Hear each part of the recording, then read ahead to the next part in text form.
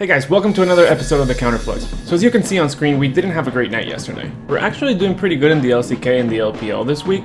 We're positive 4.2 units in the LCK and a single unit in the LPL. We are enhancing the LCK and we're trying to bring down that negative overall score from the LPL, which is currently sitting at negative 8.64. However, the EU LCS completely blew us over. We lost 5 bidding units this morning, and that actually ruined our very positive weekly score. Currently, we're at minus 0.4 units for the week. However, losing is never entirely bad. Now, we learned a bunch of things that we can apply in order to improve our bets in the EU LCS in this metagame from now on. And this is going to be extremely important as the playoffs start getting closer. In the grand scheme of things, we're still positive 14.13 units, so it's not too bad, but we definitely want to end on a positive note this week.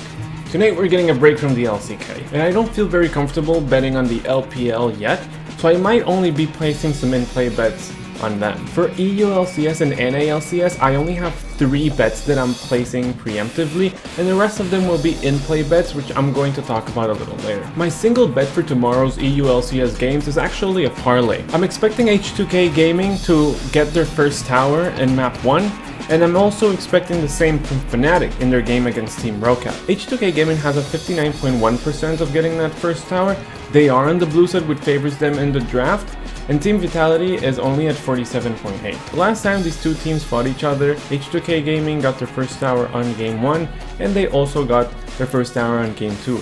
They were also able to beat Team Vitality 2-0, which means that they normally dominate this match entirely. In its game against Rocket, I definitely expect Fnatic to do the same. Rocket has a very low 30.8% of first towers, and Fnatic doesn't have the best, but it's definitely higher at 44.8%. The last time these two guys fought each other, Fnatic got their first tower when they were on the blue side. Now that's going to be it for my preemptive EU LCS bet. My action plan to improve my metrics in the EU LCS this week is to place a lot of in-play bets, and even though they won't have the best odds, I'm definitely going to be paying close attention to who the match winner is going to be and make sure that I start making up for those losses. Next up, we have an NA LCS bet. This is in the game between Envious and Immortals.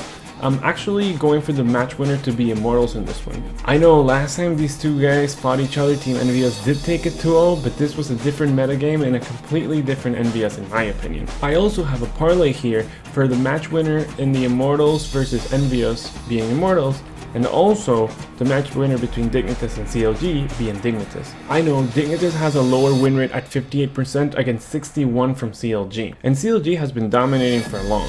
However, Dignitas has been improving a lot, while CLG on the other hand, they've been doing pretty poorly. They lost against Phoenix 1, also lost against Team Envia, and have made some roster changes that I think will definitely affect their in-play communication. Last time these guys played, Dignitas actually took the victory 2-0, so I feel like this can happen again.